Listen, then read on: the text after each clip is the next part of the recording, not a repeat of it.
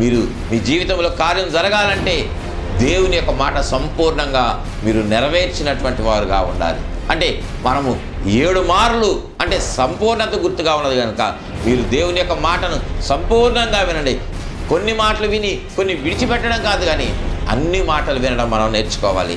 అన్నిటి ప్రకారంగా మనం నడవడం నేర్చుకుంటే దేవుడు తప్పకుండా ఆశీర్వదించేటువంటి వాడుగా ఉంటాడు.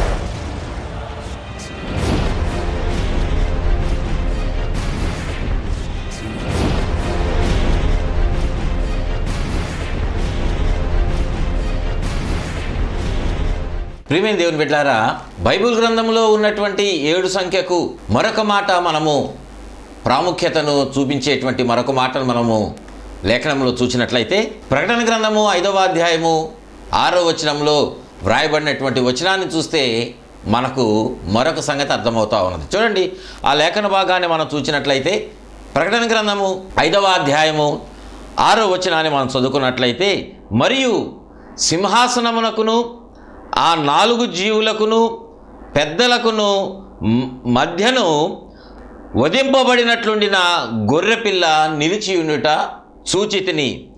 ఆ గొర్రెపిల్లకు 7 కన్నులను 7 కొమ్ములను ఉండెను.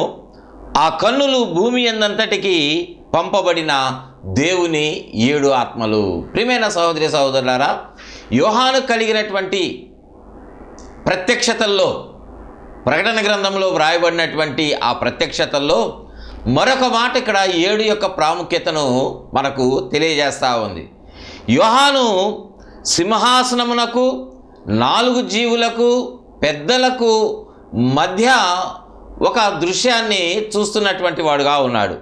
అక్కడ యోహాను చూసినటువంటి ఆ యొక్క ప్రత్యక్షత ఏమిటంటే, వధింపబడినట్లుండిన గొర్రెపిల్ల నిలిచి ఉండుట చూచితిని. ఒక గొర్రెపిల్లను యోహాను అక్కడ చూస్తూ ఉన్నాడు తన ప్రత్యక్షతలో, తనకు కలిగినటువంటి ఆ దర్శనములో.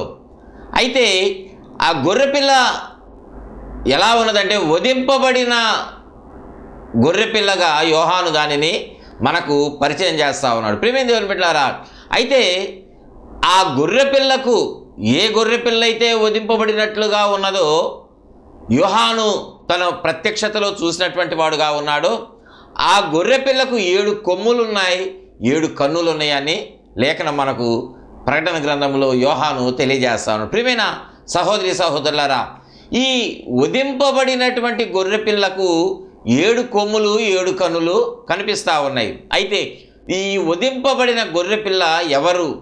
దానికి మనం పెద్దగా ఆలోచన చేయాల్సినటువంటి పని లేదు.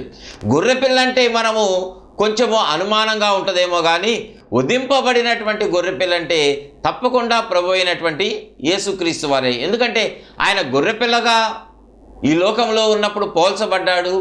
అనేక మంది ప్రభువుని గొర్రెపిల్లగా పోల్చి మాట్లాడినటువంటి మాటలు పరిశుద్ధాత్మ దేవుడు వ్రాయించాడు. అందులో వధింపబడినటువంటి గొర్రెపిల్లగా ఉన్నటువంటి వారు ప్రభువు మాత్రమే. యెషయా గ్రంథంలో కూడా మనం చూసినట్లయితే బొచ్చు కొత్తిరించువాని ఎదుట మౌనంగా ఉండునట్లుగా ప్రభు అయినటువంటి యేసుక్రీస్తు వారు వధింపబడడానికి ఆయన మౌనంగా ఉన్నాడని యెషయా ప్రవక్త తెలియజేస్తూ ఉన్నాడు. అదే రీతిగా ఈ గొర్రెపిల్లగా ఉన్నటువంటి ప్రభు అయినటువంటి యేసుక్రీస్తును గొర్రెపిల్లగా లోకానికి పరిచయం చేసినటువంటి వాడు బాప్తిస్మమిచ్చు యోహాను. యోహాను రాసినటువంటి సువార్తలో యోహాను సువార్త 1వ అధ్యాయము 29వ వచనం చూడండి. అక్కడ యోహాను యేసుక్రీస్తు వారు తన యొద్దకు రావడం చూసి అక్కడ ఒక మాట ప్రభువుని గురించి పరిచయం చేస్తా మాట్లాడుతూ ఉన్నారు. ఏమంటున్నారంటే, మరునాడు యోహాను యేసు తన యొద్దకు రాగా చూచి, ఇదిగో లోకపాపమును మోసుకొని పోవు దేవుని గొర్రెపిల్ల.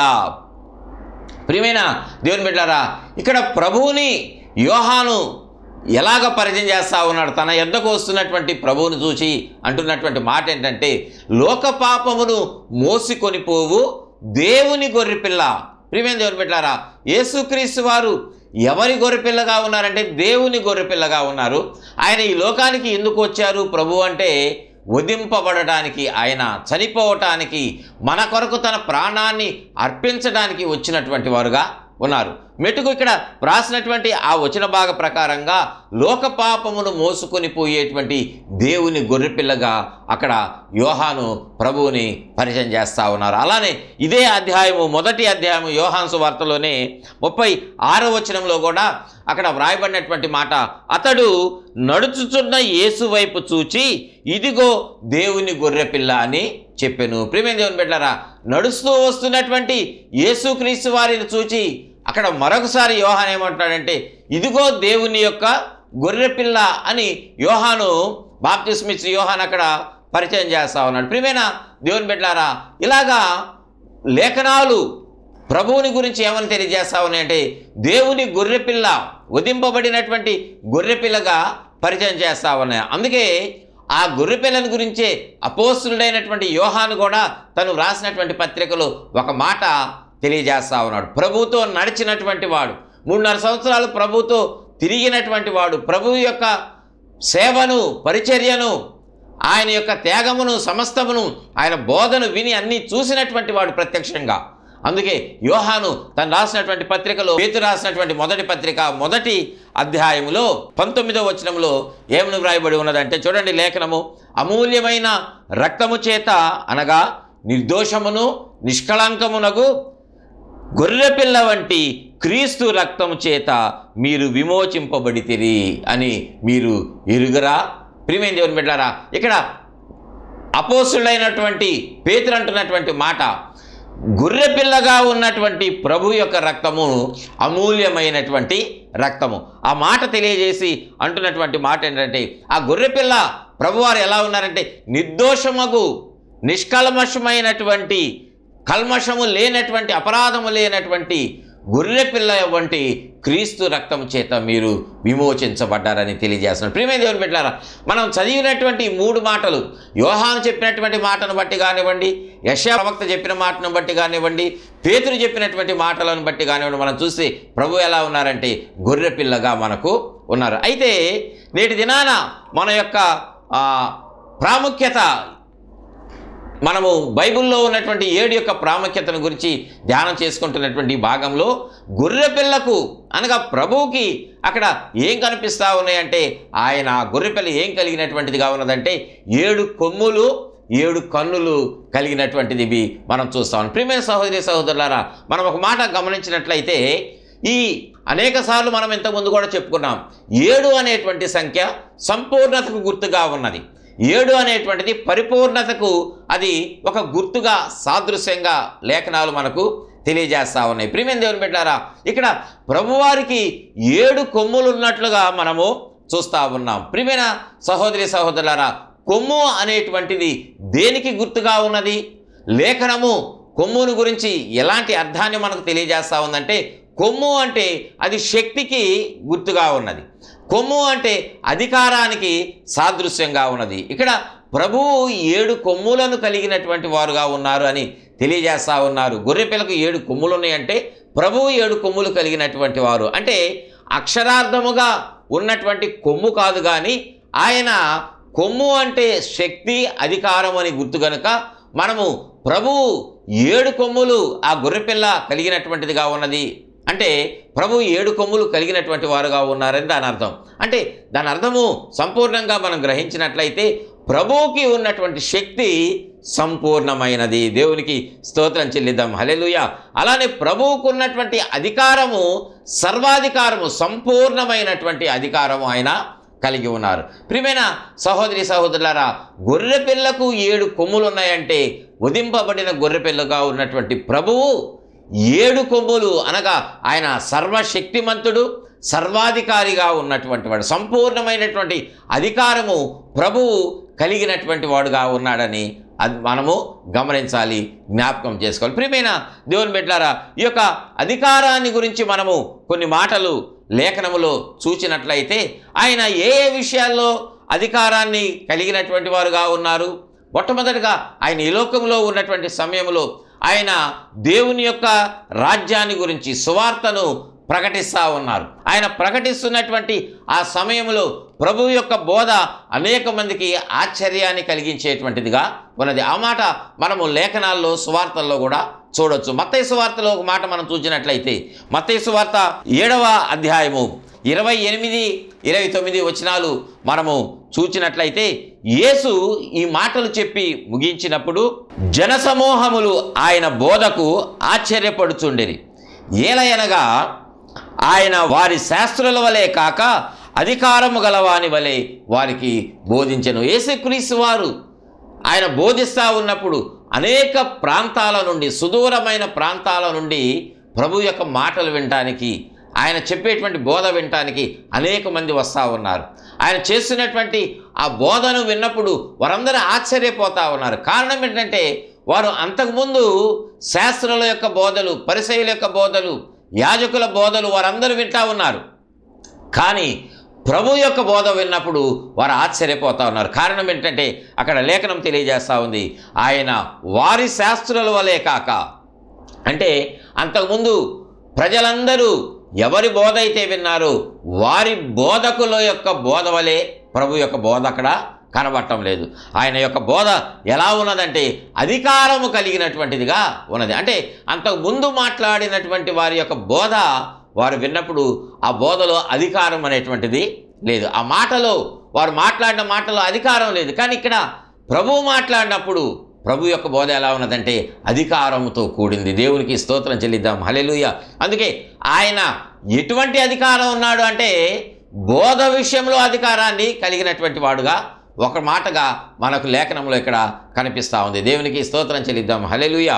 మరొక మాట మనం చూసినట్లయితే యేసుక్రీస్తు వారు ఆయన ఎలాంటి వారుగా ఉన్నారు అంటే జీవాధిపతిగా ప్రభువారు కనిపిస్తూ ఉన్నారు. ఆ మాటను ఆయనతో నడిచినటువంటి వారు, ఆయన యొక్క బోధ విన్నటువంటి వారు, ఆయన శిష్యులు అపోస్తలుగా ఉన్నటువంటి వారు ఆ మాటను సాక్ష్యం ఇస్తూ ఉన్నారు. చూడండి, అపోస్తల కార్యముల గ్రంథము 3వ అధ్యాయములో 15వ వచనములో మనం చూసినట్లయితే అక్కడ చెప్తున్నటువంటి మాట, అపోస్తలులు చెప్తున్నటువంటి మాట ఏంటంటే, మీరు జీవాధిపతిని చంపితిరి కానీ దేవుడు ఆయనను మృతులలో నుండి లేపెను. ప్రియమైన దేవుని బిడ్డలారా, మీరు జీవాధిపతిని చంపివేశారు. ప్రియమైన దేవుని బిడ్డలారా, ప్రభువును గురించి వారు ఇస్తున్నటువంటి ఒక మాట, ఒక సాక్ష్యం ఏంటంటే ఆయన జీవాధిపతి, అంటే జీవమునకే ప్రభువు అధిపతిగా ఉన్నారు. అందుని బట్టి ఆయన జీవమునకు అధిపతిగా ఉన్నారు కనుకనే చనిపోయి సమాధి చేయబడి ఉన్నటువంటి లాజరుని ఒక్క మాట ఆయన లాజరు బయటికి రాని పిలవగానే వెంటనే సమాధిలో నుండి ప్రేత వస్త్రములతోటి చుట్టబడినటువంటి వాడుగా ఉన్నప్పటికీ లాజరు జీవము పొందుకొని ఆయన బయటికి వచ్చాడు. అంటే ఆయన మాటలో ఏమున్నదంటే జీవం ఉన్నది. ఆ మాట లాజరుకి చేరగానే సమాధిలో ఉన్నటువంటి లాజరు లేచి వచ్చినటువంటి వాడుగా ఉన్నాడు. ప్రియమైన దేవుని బిడ్డలారా, జీవంతో వచ్చినటువంటి వాడుగా ఉన్నాడు. అంటే ప్రభువు ఎలాంటి అధికారాన్ని కలిగి ఉన్నాడంటే జీవమును కలిగినటువంటి వాడుగా ఉన్నాడు. అందుకే అక్కడ అపోస్తులు అంటున్నారు, మీరు జీవాధిపతిని చంపివేశారు. ప్రియమైన దేవుని బిడ్డలారా, ఆయన జీవమునకే అధిపతిగా ఉన్నారు. అయితే ఆయన జీవాధిపతే చనిపోయిన వారిని బ్రతికించినటువంటి వాడు. ఆయన ఎలా చనిపోయాడు, ఎందుకు చనిపోయాడు, ఆయన బ్రతికి ఉండవచ్చు కదా అనేటువంటి అనుమానము కొంతమందికి రావచ్చు. ప్రియమైన సహోదరి సహోదరులారా, ఆయన ఈ లోకంలో మన కొరకు చనిపోవటానికి, సమస్త మానవాళి యొక్క పాప విమోచన కొరకు ఆయన చనిపోవటానికి కొరకే ఈ లోకానికి ఆయన వచ్చారు. ఈ లోకంలో ఆయన జీవించడానికి, కేవలము అద్భుత ఆశ్చర్య కార్యాలు జరిగించడానికి రాలేదు, కానీ మన కొరకు తన జీవాన్ని పెట్టడానికి, మనలను బ్రతికించడానికి ఆయన వచ్చినటువంటి వారుగా ఉన్నారు. ప్రియమైన దేవుని బిడ్డలారా, ఆయన గనక తన జీవాన్ని పెట్టకపోతే, తన ప్రాణాన్ని గనక పెట్టకపోతే మనకు ఎన్నడూ విముక్తి అనేటువంటిది ఉండేటువంటిది కాదు. అందును బట్టి ఆయన జీవాధిపతిగా ఉన్నాడు, అయినప్పటికీ మన కోసము మరణించాడు. ఆయన జీవం మీద అధికారాన్ని కలిగినటువంటి వాడుగా ఉన్నాడు. దేవునికి స్తోత్రం చెల్లిద్దాం. హల్లెలూయా. మరొక మాట మనము ఆయన యొక్క అధికారాన్ని గురించి చూసినట్లయితే మత్తయి సువార్త 10వ అధ్యాయంలో 1వ వచనములో అక్కడ సువార్తికుడైన మత్తయి ద్వారా తెలియజేయబడుతున్నటువంటి మాట ఏంటంటే, ఆయన తన 12 మంది శిష్యులను పిలిచి అపవిత్రాత్మలను వెళ్ళగొట్టుటకును, ప్రతి విధమైన రోగములకును, ప్రతి విధమైన వ్యాధిని స్వస్థపరచుటకును వారికి అధికారం ఇచ్చెను. ప్రియమైన దేవుని బిడ్డలారా, ప్రభువారు ఆయన శిష్యులుగా ఉన్నటువంటి వారికి ఒక అధికారాన్ని ఇస్తూ ఉన్నారు.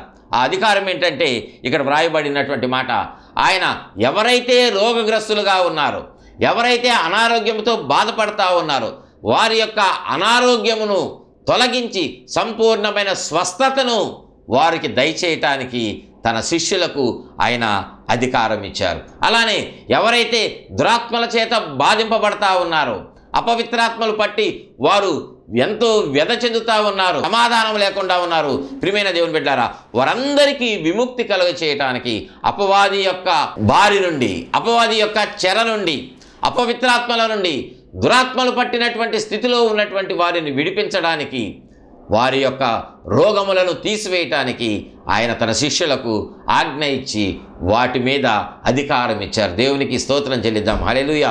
ప్రియమైన దేవుని బిడ్డారా, ఇక్కడ ఒక మాట మనం గమనించినట్లయితే తన శిష్యులకు నాటి దినాన కానివ్వండి, నాటి అపోస్తులకు కానివ్వండి, నేటి దినాన ఆయన బిడ్డలుగా ఉండి ఆయన శిష్యులుగా ఉన్నటువంటి వారికి, ఆయన యొక్క సంఘంలో చేర్చబడినటువంటి వారికి ఆయన ఇస్తున్నటువంటి అధికారము ఇలానే కనిపిస్తా ఉంది. ప్రియమైన దేవుని బిడ్డలారా, నేటి దినాన కూడా అనేక మంది ప్రభు యొక్క సేవకులు ఏం చేస్తున్నారంటే, దేవుని సేవకులుగా ఉన్నటువంటి వారు దురాత్మల నుండి అనేక మందిని విడుదల కలుగజేస్తూ ఉన్నారు, అపవిత్రాత్మలను వెళ్ళగొడతా ఉన్నారు, దురాత్మల చేత పీడింపబడుతున్నటువంటి వారికి విడుదల కలుగజేస్తూ ఉన్నారు. ఎవరైతే అనారోగ్యముతో బాధపడతా ఉన్నారు వారందరికీ సంపూర్ణమైన ఆరోగ్యమును ప్రభు ద్వారా వారు అనుగ్రహిస్తూ ఉన్నారు. ప్రియమైన దేవుని బిడ్డలారా, అంటే ప్రభువు అనుగ్రహిస్తున్నటువంటి వాడుగా ఉన్నప్పుడు అవన్నీ ఆ కార్యాలు వారి జీవితాలలో జరుగుతూ ఉన్నాయి. ప్రభువు తన శిష్యులకి ఈ అధికారాన్ని ఇస్తూ ఉన్నారంటే దాని అర్థం ఏంటంటే వీటన్నిటి మీద ప్రభువుకు మొట్టమొదట అధికారాన్ని కలిగినటువంటి వారుగా ఉన్నారు. దేవునికి స్తోత్రం చెల్లిద్దాం. హల్లెలూయా. ఆయన దురాత్మల మీద, అనారోగ్యం మీద అధికారాన్ని కలిగినటువంటి వారుగా ఉన్నారు. అలానే మరొక మాట మనము చూచినట్లయితే యోహాను సువార్త 10వ అధ్యాయంలో 17-18 వచనాల్లో అక్కడ ప్రభువు గురించినటువంటి మాట వ్రాయబడినటువంటి మాట ఏమిటంటే, నేను దాన్ని మరలా తీసుకొనున్నట్లు నా ప్రాణము పెట్టుచున్నాను, ఇందువలననే నా తండ్రి నన్ను ప్రేమించుచున్నాడు. ఆ మాట చెప్పి 18వ వచనంలో ప్రభు అంటున్న మాట ఏంటంటే, ఎవడునూ నా ప్రాణమును తీసుకొనడు, నా అంతట నేనే దాన్ని పెట్టుచున్నాను. ఎవరునూ నా ప్రాణాన్ని తీసుకొనరు, నా అంతట నేనే దానిని పెట్టుచున్నాను అని ప్రభు మాట్లాడి ఏమంటున్నారంటే, అక్కడ దాని పెట్టుటకును నాకు అధికారము కలదు, దాని అనగా ఆ ప్రాణమును తిరిగి తీసుకొనుటకు నాకు అధికారము కలదు, నా తండ్రి వలన ఈ ఆజ్ఞ పొంది తిని. దేవునికి స్తోత్రం చెల్లిద్దాం. హల్లెలూయా.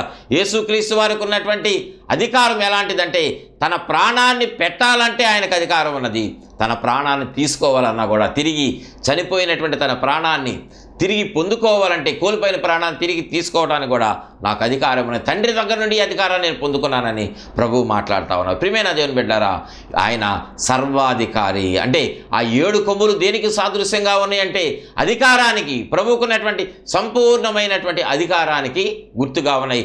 ఆయన యొక్క అధికారాన్ని కొన్నిటిని మనం ఇప్పుడు గమనించినటువంటి వారుగా ఉన్నాం. ప్రియమైన దేవుని బిడ్డారా, దురాత్మల మీద అధికారం ఉన్నది, రోగాల మీద అధికారం ఉన్నది, తన ప్రాణాన్ని పెట్టడానికి తీయటానికి అధికారం ఉన్నది. ప్రియమైన సహోదరి సహోదరులారా, ఆయన బోధ అధికారము, ఆయన నోట ఉండి వచ్చేటువంటి ప్రతి మాట అధికారంతో కూడుకున్నటువంటిదిగా ఉన్నది. ఆయనకు లేనటువంటి అధికారం ఏది కూడా లేదు. ఆయన సర్వాధికారిగా ఉన్నారు. అందుకే యోహాను తను చూసినటువంటి ఆ ప్రత్యక్షతలో ఆయన అంటున్నాడు, ఆయనకు 7 కొమ్ములు, ఆ గొర్రెపిల్ల 7 కొమ్ములు. 7 కొమ్ములు అంటే ఆయన సర్వాధికారి అనే లేఖనం మనకు తెలియజేస్తా ఉన్నది. దేవునికి స్తోత్రం చెల్లిద్దాం. హల్లెలూయా. అక్కడ యోహాను చూసినటువంటి ఆ ప్రత్యక్షతలో 2వ భాగం ఏంటంటే, ఆ గొర్రెపిల్లకు 7 కన్నులు అనేటువంటివి ఉన్నాయి. ప్రియమైన దేవుని బిడ్డలారా, కన్ను అనేటువంటిది దేనికి గుర్తుగా ఉన్నదంటే, కన్ను అనేటువంటిది జ్ఞానానికి గుర్తుగా ఉన్నది. జ్ఞానేంద్రియాలు మనము చూస్తూ ఉన్నాం, వింటూ ఉన్నాం. ప్రియమైన దేవుని బిడ్డలారా, ఆ జ్ఞానేంద్రియాల్లో కన్ను కూడా ఒకటి ప్రధానమైనటువంటిదిగా ఉన్నది. అది ఒకటిగా ఉండటం మాత్రమే కాదు, కానీ కన్ను జ్ఞానేంద్రియాల్లో ప్రధానమైనటువంటిది అని మనమందరం కూడా వింటూ ఉన్నాం. ప్రియమైన దేవుని బిడ్డలారా, యేసుక్రీస్తు వారు 7 కన్నులు ఉన్నాయి అంటే దాని అర్థం ఏంటంటే, ఆయన సంపూర్ణమైనటువంటి జ్ఞానమును కలిగినటువంటి వాడు. ప్రభువు ఎలాంటి వారంటే ఆయన సంపూర్ణమైనటువంటి జ్ఞానము కలిగినటువంటి వారు. అందుకే అనేకమైనటువంటి లేఖనాలు ప్రభువుని గురించి సాక్ష్యం ఇస్తూ ఉన్నాయి. చూడండి, మనం లేఖనంలో కనుక చూచినట్లయితే సమూయేలు రాసినటువంటి మొదటి గ్రంథము 2వ అధ్యాయములో 3వ వచనంలో అక్కడ తెలియజేస్తున్నటువంటి మాట ఏంటంటే, యెహోవా అనంతమైన జ్ఞానియగు దేవుడు. దేవునికి స్తోత్రం చెల్లిద్దాం. హల్లెలూయా. ఆయన అనంతమైన జ్ఞానమును కలిగినటువంటి వాడు. ఆయన జ్ఞానము అంతము లేనటువంటిది. అది దానికి పరిమితం అనేటువంటి లేకుండా అంత జ్ఞానాన్ని ప్రభువారు కలిగినటువంటి వారుగా ఉన్నారు. అందుకే ఆయన సమస్తమును తనకున్నటువంటి జ్ఞానము చేత మానవులను సృష్టించినటువంటి వాడుగా ఉన్నాడు. ప్రియమైన దేవుని బిడ్డలారా, ఈ లోకములో మానవుని సృష్టించాడు. మానవుడు బ్రతకడానికి ఏమేం కావాలో కూడా అన్ని సౌకర్యాలను తన శరీరములో ఆయన ఏర్పాటు చేసినటువంటి వాడుగా ఉన్నాడు. ప్రియమైన దేవుని బిడ్డలారా, మానవునికి ఏ ఏ అవయవాలు కావాలో ఆయన వాటన్నిటిని కూడా సమకూర్చినటువంటి వాడు, ఆయన కలుగు చేసినటువంటి వాడు. ప్రియమైన దేవుని బిడ్డలారా, మానవుడు జీవించడానికి ఈ యొక్క లోకం అంతటిని కూడా కావలసినటువంటి యావత్తును కూడా ఆయన దయచేసినటువంటి వాడు, అనుగ్రహించినటువంటి వాడు, సృష్టించినటువంటి వాడు. దేవునికి స్తోత్రం చెల్లిద్దాం. హల్లెలూయా. ఇదంతా దేనిని బట్టి అంటే తనకున్నటువంటి జ్ఞానాన్ని బట్టి ఆయన వీటన్నిటినీ కలుగ చేసినటువంటి వాడుగా ఉన్నాడు. అందుకే సామెతల గ్రంథములో 8వ అధ్యాయము 14వ వచనములో మనం చూసినట్లయితే, జ్ఞానమునకు ఆధారము నేనే, జ్ఞానాధారము నేనే అని ప్రభువు మాట్లాడుతూ ఉన్నాడు. ప్రియమైన దేవుని బిడ్డలారా, మనకు జ్ఞానమై ఉన్నటువంటి వాడు ఆయనే. ఆయన ఎలాంటి జ్ఞానము కలిగినటువంటి వాడంటే, ఈ లోకంలో మనము చదవటం ద్వారా ఈ లోక సంబంధమైనటువంటి జ్ఞానము కాదు, కానీ ఆయన పై నుండి మనకిచ్చేటువంటి జ్ఞానం. అందుకే యాకోబు రాసినటువంటి పత్రికలో ఆయన మాట్లాడుతున్నటువంటి మాట ఏంటంటే, యాకోబు రాసినటువంటి పత్రిక 1వ అధ్యాయము 5వ వచనంలో చూస్తే ఆయన చెప్తున్నటువంటి మాట, లేఖనం మనకేం చెప్తుందంటే, మీలో ఎవనికైనాను జ్ఞానము కొదువుగా ఉన్న ఎడల వాడు దేవుని అడగవలెను, అప్పుడది ఆయన అనుగ్రహించును. ప్రియమైన దేవుని బిడ్డలారా, ఎవరికైనాను జ్ఞానము కొదువుగా ఉన్నట్లయితే, ఎవరికైనా జ్ఞానం తక్కువగా అంటే ఎవరిని అడగాలంటే దేవుణ్ణి అడగండి అని మనము లేఖనం చెప్తాం. ప్రియమైన దేవుని బిడ్డలారా, ఈ లోకంలో చాలామంది శాస్త్రజ్ఞులు ఉన్నారు, సైంటిస్టులు ఉన్నారు, గొప్ప గొప్ప అనేకమైనటువంటి విషయాలను కనుగొన్నటువంటి వారు ఉన్నారు. ప్రియమైన దేవుని బిడ్డలారా, వారందరూ జ్ఞానము కలిగినటువంటి వారని మనం అనుకుంటాం. కానీ అటువంటి వారు ఏం చెప్తారంటే, మేము పైనుండి వచ్చినటువంటి జ్ఞానమునైనటువంటి యేసయ్య యొద్ద మేము దానిని పొందుకున్నాం. ప్రియమైన సహోదరి సహోదరులారా, ఇక్కడ ప్రభువు యాకోబు ద్వారా తెలియజేసినటువంటి మాట, మీలో ఎవరికైనాను జ్ఞానము కొదువుగా ఉంటే మీరు దేవుణ్ణి అడగాలి. ఎందుకంటే ఆయన సమృద్ధి అయినటువంటి జ్ఞానము కలిగిన వాడు, అనంతమైనటువంటి జ్ఞానము కలిగినటువంటి వాడుగా ప్రభు మనకు కనిపిస్తాం. ప్రియమైన దేవుని బిడ్డలారా, మీలో జ్ఞానము తక్కువగా ఉందని మీరు ఎక్కడెక్కడైనా వెళ్తున్నారేమో. ప్రభు చెప్పినటువంటి మాట ఏంటంటే, మీరు నన్ను అడగండి. ప్రియమైన దేవుని బిడ్డలారా, ప్రియమైన యవ్వన బిడ్డలారా, చాలామంది ఈ యొక్క జ్ఞానము కొరకు అనేక రకములుగా ప్రయత్నం చేస్తూ ఉన్నారు, అనేకమైనటువంటి దగ్గరకు వెళ్ళి ప్రయత్నం చేస్తూ ఉన్నారు జ్ఞానం పొందుకోవటానికి. కానీ మీరు దేవుణ్ణి అడిగినట్లయితే, ప్రభు అయినటువంటి యేసుక్రీస్తు వారి యొద్దకు వచ్చి జ్ఞానమునకు ఆధారముగా ఉన్న అనంత జ్ఞానిగా ఉన్నటువంటి ప్రభు దగ్గరకు వచ్చి అడిగితే తప్పకుండా అది మీకు అనుగ్రహిస్తాడు. మీరు అనుమానం లేకుండా అడగండి, ధారాళముగా ఆయన దయచేసేవాడుగా ఉన్నాడు. దేవునికి స్తోత్రం చెల్లిద్దాం. హల్లెలూయా. ఆయన అనంతమైనటువంటి జ్ఞానము కలిగినటువంటి వాడు. అయితే ఆ జ్ఞానము కలిగినటువంటి ప్రభువు దగ్గరకు ఆ జ్ఞానాన్ని పొందుకోవాలంటే మనం ఎలా ఉండాలి అంటే, యెహోవా యందు భయభక్తులు కలిగి ఉండటమే జ్ఞానమునకు మూలము. దేవునికి స్తోత్రం చెల్లిద్దాం. హల్లెలూయా. లేఖనం ఈ మాట మనకు తెలియజేస్తూ ఉంది. యెహోవా యందు, దేవుని యందు, ప్రభు అయిన యెహోవా అన్న యేసుక్రీస్తు, ప్రభు అయిన యేసుక్రీస్తు అన్న ఒకటే.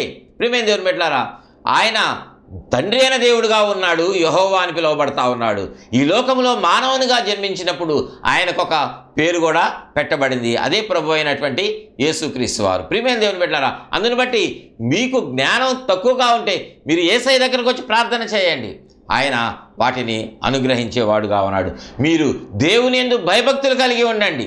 యేసునందు భయభక్తులు కలిగి ఉంటే అదే మీకు జ్ఞానమునకు ఒక మూలంగా ఉంటుంది. ప్రియమైన దేవుని బిడ్డలారా, అందుని బట్టి ఆయన ఎలాంటి వాడంటే జ్ఞానము కలిగినటువంటి వాడని ఇందుని బట్టి మనకు అర్థమవుతా ఉంది. ఆయన ఎలాంటి అధికారమును కలిగినటువంటి వాడుగా ఉన్నాడంటే సర్వాధికారమును కలిగినటువంటి వాడుగా ఉన్నాడు. ఆయన ఎలాంటి జ్ఞానాన్ని కలిగినటువంటి వాడుగా ఉన్నాడంటే సర్వమైనటువంటి సంపూర్ణమైనటువంటి జ్ఞానము కలిగినటువంటి వాడుగా ఉన్నాడు. అందుకే అక్కడ యోహాను తను చూసినటువంటి ఆ దర్శనములో, ఆ ప్రత్యక్షతలో గొర్రెపిల్లకు వధింపబడినటువంటి రీతిగా కనబడిన ఆ గొర్రెపిల్లకు 7 కొమ్ములు అంటే సంపూర్ణమైనటువంటి అధికారము, అలాగే 7 కన్నులు సంపూర్ణమైనటువంటి జ్ఞానము కలిగినటువంటి వాడుగా ఉన్నట్లుగా లేఖనం మనకు తెలియజేస్తూ ఉంది. ప్రియమైన సహోదరి సహోదరులారా, యేసుక్రీస్తు వారి యొక్క జీవితంలో 7 అనేటువంటి అంకెని ఇక్కడ మనము చూస్తూ ఉన్నాం. ఆ ప్రత్యక్షతను ఇక్కడ యోహాను ద్వారా మనము చూస్తూ ఉన్నాం. ప్రియమైన సహోదరి సహోదరులారా, ప్రభువు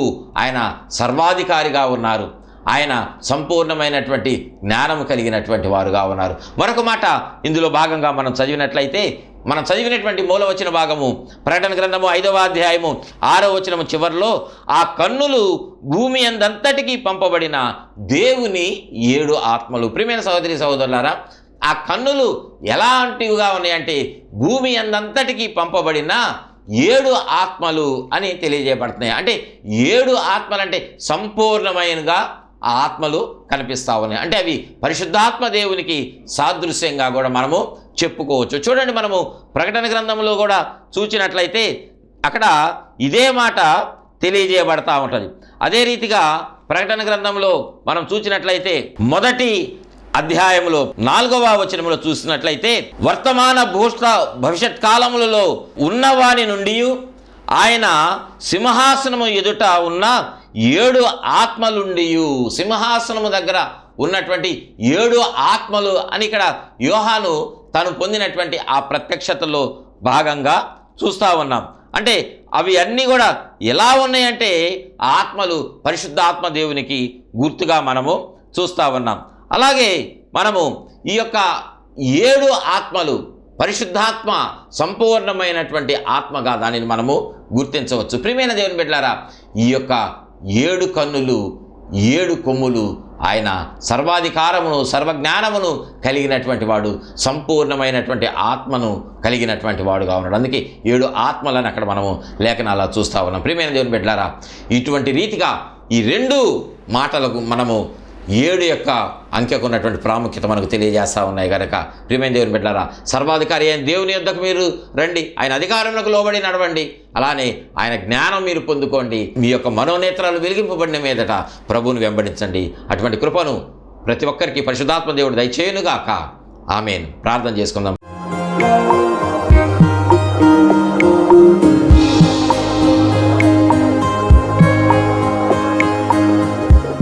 ప్రేమ కలిగిన మా తండ్రి, మహోన్నతుడా, మహాపరిశుద్ధుడా, 7 కొమ్ములు 7 కన్నులు కలిగినటువంటి వాడవు నాయన. అనగా సంపూర్ణ అధికారము, సంపూర్ణమైనటువంటి జ్ఞానము ప్రభువా కలిగినటువంటి దేవుడవు నాయన. మీ అధికారమునకు మేము లోబడి మీ మాట చొప్పున మేము అడుగులు వేస్తే సంపూర్ణముగా మేము నిత్యత్వంలో ఉంటాము గనక ఆ మహాభాగ్యమును మాకు దయచేయండి నాయన. మా కొరకు వధింపబడిన గొర్రెపిల్లగా ఉన్నటువంటి మీ అడుగులో మేము నడవడానికి, మీ రక్తంలో కడగబడి ముందు కొనసాగడానికి కృప చూపించండి నాయన. మీరు సర్వజ్ఞానము కలిగినటువంటి దేవుడవు గనుక మీ జ్ఞానము మాకు దయచేయండి నాయన. మిమ్మల్ని వెంబడించడానికి కావాల్సిన జ్ఞానం మాకు దయచేయండి. మా కన్నులు మీరు తెరిచి మా ప్రభువా నాయన, మా దృష్టి మీ మీద నీవే ముందు కొనసాగడానికి కృప చూపించమని వేడుకుంటున్నాం. కార్యక్రమం చూస్తున్నటువంటి ప్రతి ఒక్కరిని మీరు దీవించండి. స్పాన్సర్ చేసినటువంటి బిడ్డను కూడా మీరు దీవించి, కుటుంబాన్ని దీవించి ఆశీర్వదించండి. ప్రతి ఒక్కరికి మంచి ఆరోగ్యమును దయచేయండి నాయన, మంచి భవిష్యత్తు మీరు దయచేయండి. మరి ముఖ్యంగా మీరే సర్వలో రక్షకుడని గుర్తెరిగి మిమ్మల్ని వెంబడించడానికి, మీరే సర్వాధికారి అయిన దేవుడై ఉన్నారని మీ యొద్దకు రావడానికి, మీ మాటకు లోబడడానికి, మీరే సర్వ జ్ఞానము కలిగినటువంటి వారని మీ సన్నిధిలో ప్రభువా జ్ఞానమును పొందుకొని ముందుకు కొనసాగడానికి కృప చూపించమని ప్రతి ఒక్కరిని మీకే సమర్పించుకుంటూ దీవించి ఆశీర్వదించమని యేసయ్య నామమున అడిగి వేడుకుంటున్నాము తండ్రి. ఆమేన్, ఆమేన్, ఆమేన్. మన తండ్రి అయిన దేవుని ప్రేమ, ప్రభువును రక్షకుని యేసుక్రీస్తు వారి కృప, పరిశుద్ధాత్మ దేవుని యొక్క అన్యోన్యమైన సన్నిధి సహవాసము సదాకాలం తోడుగా ఉండి నడిపించి బలపరిచి వర్ధిల్ల చేయునుగాక. Amen, amen, amen. God bless you all.